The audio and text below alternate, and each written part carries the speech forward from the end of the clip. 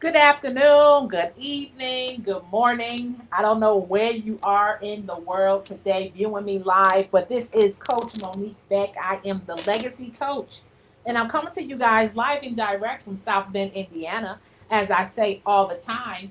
And I know that I was supposed to come on at 2:30, but God had other plans, and that is totally okay. But I believe that God has created space and opportunity for me to do this live right now. Okay, so for anybody who was watching and waiting for this, and I trust that there were some people out there who wanted to see this and hear what are the other reasons why my money is not growing. And so if you've been following us, we have been doing the Legendary Woman Legacy series on why isn't my money growing? All right, and we are uncovering a few things about money that are so important and why our money is not growing specifically. And so I'm gonna come in hot with this, all right? Because I know that often I'm not gonna be before you guys long, but I know that oftentimes we don't think about the small things that are right in front of us to tell us why our money isn't growing. So let me give you this reason number five. You're in debt. You are in debt. That's the reason why your money isn't growing. And so, do you know that when it comes to debt, people spend over 70% of the money that they spend every single month is on debt. Every single month, they're spending money on debt, whether or not that is student loans, whether or not that is car loans, whether or not that is a mortgage, whether or not that is credit cards, right? So many different types of debts and categories of debt, but you're not able to save money, right? Or to have your money grow because all your money is being given to someone else for stuff that you did years ago, months ago, weeks ago, a decade ago. Okay? And so, how do we get to the place where we can become debt free? Well, guess what? I have a solution for you. You have to get a plan and a strategy so that you can get out of debt. It's just as simple as that. How do I get out of debt? I have to decrease my debt to income ratio by paying what I owe, right? And bringing that number down so that now I have more disposable income to do something else with. And so, how do I actually take those steps? And so, first off, and I've been saying this in almost every video, write down what you're spending your money on. Sometimes money is going right out the door and we don't even realize it.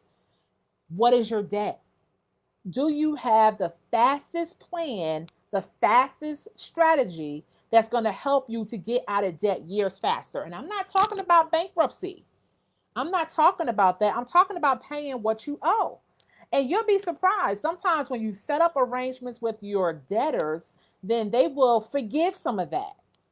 And when they or if they don't forgive some of that, they may even change the amount that you owe. They may say, you know what, we're going to go ahead and accept this amount, and we're not going to mark it on your credit report as a settlement, but we're just going to go ahead and allow you to pay this amount, and we're square.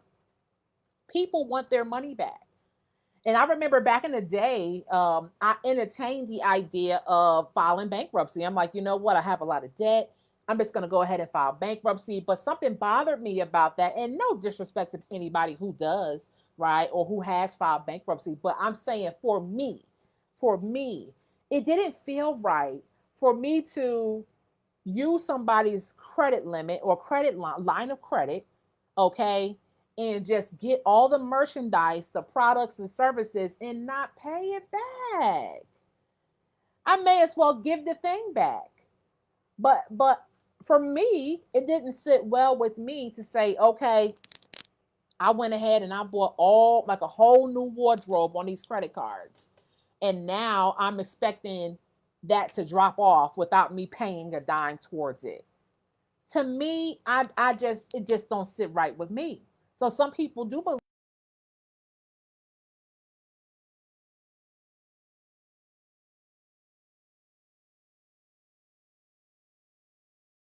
you can become debt free.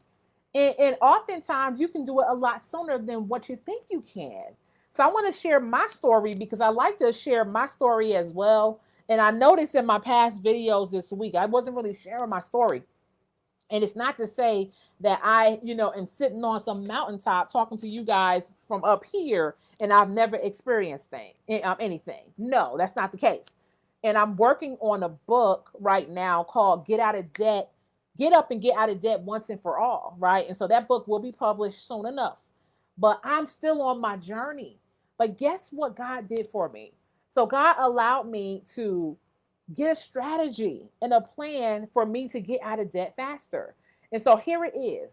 When I first realized the deep damage, okay, to my credit score, the deep damage to, all the debt, all the money that I owed, and how that was affecting me mentally, how that was affecting me, I don't want to say physically, but it definitely affected me financially, right? Because it was my debt and my credit score suffered when I first realized and faced the fact that I had to pay these people back. I said, well, man, how much do I even owe? And so I got all that written down, put it in a system that showed me how to get out of debt years faster. And so if I didn't change anything about what I was doing, I was going to be out of debt in 94 years. True T. Facts. This is not fiction. 94 years. And that did not even include my house. How you doing? Okay? That didn't even include my house.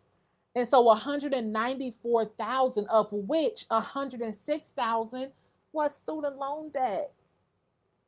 How many people out there have student loan debt? How many people out there have went to college, busted out straight A's, not working in your field, and you yet and still are paying that loan back? Or you're waiting for our president to say, we're going to go ahead and forgive that, or we're waiting for some divine intervention to erase our student loan debt. And so, of course, we were super excited when it came time to go to school by any means necessary, doing whatever it takes. I'm going to go ahead and I'm going to get my degree, right? We did all of those things. But at the end of the day, we got to pay the money back now. They don't care if you're not working in your field. That wasn't part of the agreement, and that was not in the paperwork. I wish it was, but it was not, right? And so we got to pay that money back. And so after going through that, putting down that, it said I'll be out of debt in 94 years. Bam. On the opposite side of the plan, it said, but if you change the way that you're spending your money, if you change the way that you're paying off your debt, you will be out of debt in 6 years. 6 years. We started our journey. We started our journey on becoming debt free, and to God be the glory. In just 18 months, we eliminated over $70,000 of our debts. We didn't write any letters to anybody. Okay? We didn't say, please remove this off my credit report. No, we paid it. And God removed a good portion of it while we were paying it. And so I'm telling you, eyes have not seen, ears have not heard, neither has it entered into the hearts of man what God has in store for you, for those who love him, right? And so listen, you can get out of debt sooner. And if you need a plan to help you to get out of debt sooner, guess who can help you do that? This coach right here, okay? I'm going to put my link to my calendar again. If you want to do something that's called a financial needs analysis, that's going to help you to get out of debt years faster. And I promise you this, I had tried so many other things over the years to get out of debt, but none of it was working. And I wasn't able to save a ton of money because I had a ton of debt. There's nothing like you making $1, but you owing 80 cents of that dollar towards debt every single week. That is not God. I'm sorry. I can't do it. Nobody wants that. Nobody wants to stay in debt forever. So that's why so many people don't pay it. Or they say, well, I hope they forgive me, or whatever the case may be. And if they forgive you, great. That's awesome. That's something that they agreed to do. That's something that they said they wanted to do. But we have to expect to pay people back their money because they're in business also. And so if we consider it like that, and consider the fact that if you are in business and you spent your hard-earned money providing a service, providing a product, and you were faithful. You shipped out the products to all these people and no one paid you. Should you now go and forgive all that debt? Or do you take it to the next level and sue them? Do you take it to the next level and go to court? What do? Do you garnish their wages? But when people are in business and they go into business, they're in business to make money. They're not in business to volunteer.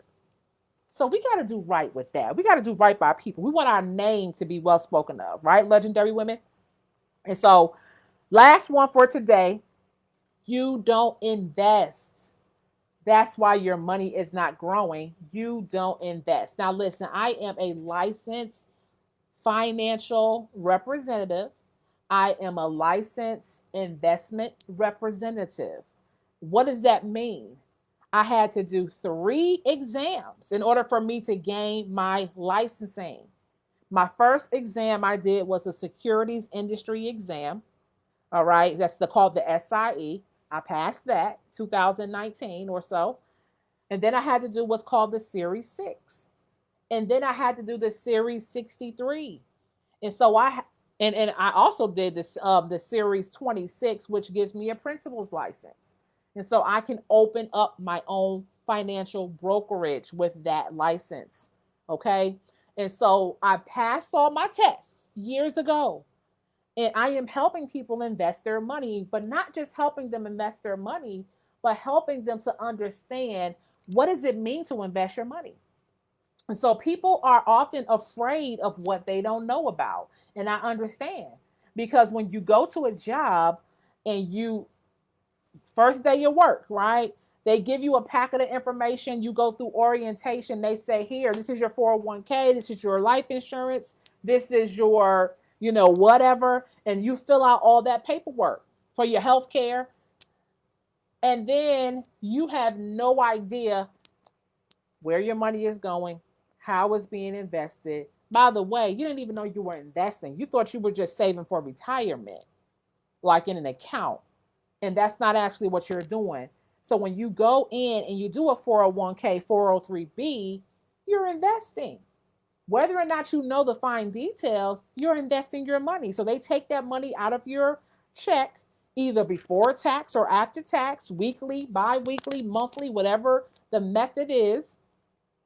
And every time they're taking some of that money out, and that money is being invested into the global economy. And so when you have a 401k, that 401k has mutual funds in it.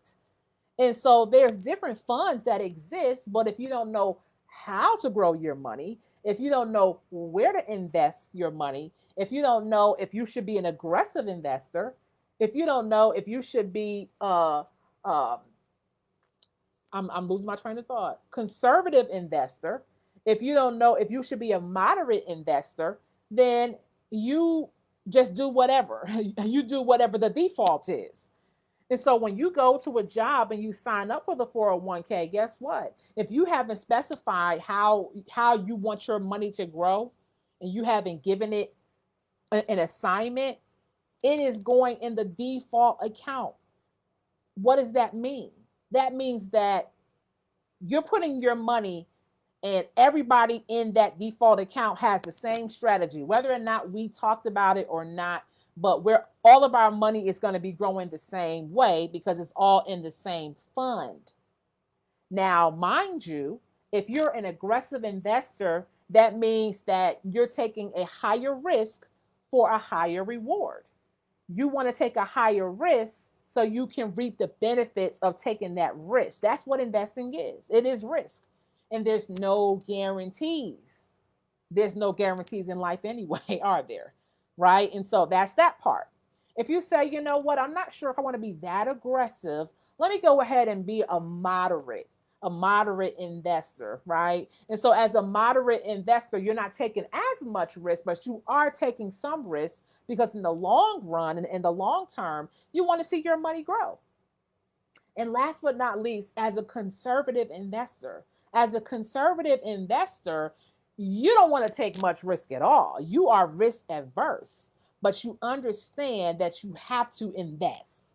You understand this is the only way that my money is going to multiply is if I put it in and make it do something else, right? And so now, as a conservative investor, you're going to reap a reward, right? And of course, none of it is guaranteed. So there are no guarantees, there are no absolutes, but you have the potential to earn a reward there. But you may not get as much as the aggressive investor. So it's all about money in the long run. But that's not the only type of investment. You can also invest short term, right? And so if you want your money to grow, right, you have to have a conversation with a licensed financial representative